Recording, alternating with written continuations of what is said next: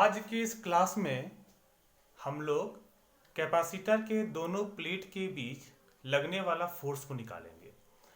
देखिए, parallel plate capacitor में एक प्लेट पॉजिटिव होता है और दूसरा प्लेट नेगेटिव होता है।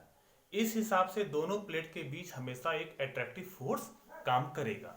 उस एट्रैक्टिव फोर्स को अभी हम निकालने वाले हैं। तो मान लीजिए ये वाला प्लेट पॉजिटिव है और ये वाला प्लेट नेगेटिव है।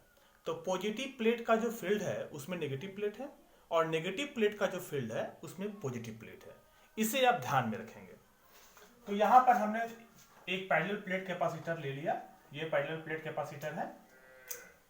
दोनों के बीच का सेपरेशन को हम डी मान लेते हैं। आप यहां पर देखिए कि पॉजिटिव प्लेट का जो फील्ड है वो इस तरफ है और इसी फील्ड में नेगेटिव प्लेट है and vice versa.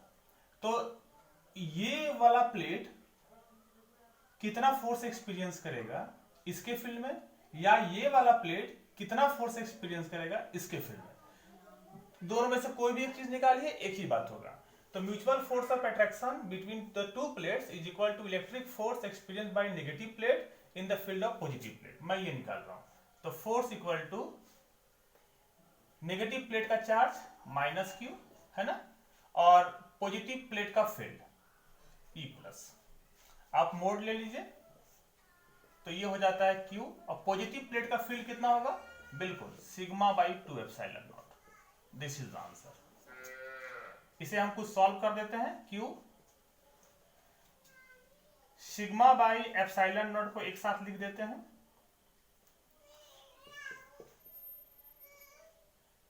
Sorry, sigma by epsilon not. Sigma by epsilon not क्या है, total electric field between the plate. इस दोनों प्लेट के बीच का जो टोटल इलेक्ट्रिक फील्ड होता है वो कितना है, सिग्मा बाई एप्सिलॉन नॉट।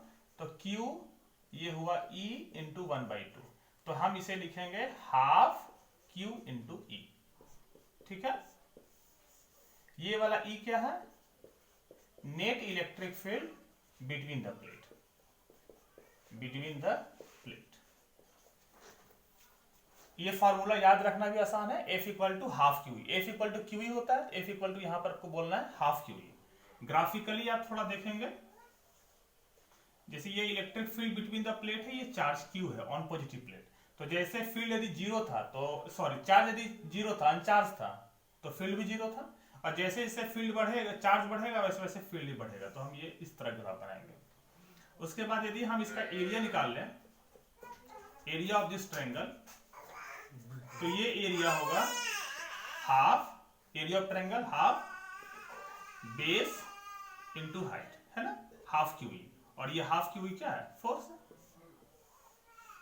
ठीक है, यहां पर एक छोटा सा नोट हम लोग यहां देखेंगे कि जैसे कि यदि इसी फॉर्मूला को यदि हम इस फॉर्मेट में लिखें, मैं इसे मिटा देता हूं। एक छोटा सा नोट हम लोग डाल देंगे कि अभी जो हमने फॉर्मूला डिराइव किया वो है F equal to half Q into E। यदि हम इसे इस फॉर्मेट में लिखें Q इंटू E/2, तो हम इसे इस तरीके से समझ सकते हैं। ये पॉजिटिव प्लेट है, ये नेगेटिव प्लेट है। यहां पर इलेक्ट्रिक फील्ड कितना है, 0 है, और यहां पर इलेक्ट्रिक फील्ड कितना है, E है ना, सिग्मा बाई एप्सिलॉन नॉट, और इधर भी 0 है। तो आउटसाइड फील्ड कितना है, 0 है, और इनसाइड कितना है, इनसाइड फील्ड E है। तो ये वाला फील्ड जो है इसको बोलेंगे एवरेज फील्ड। Average field,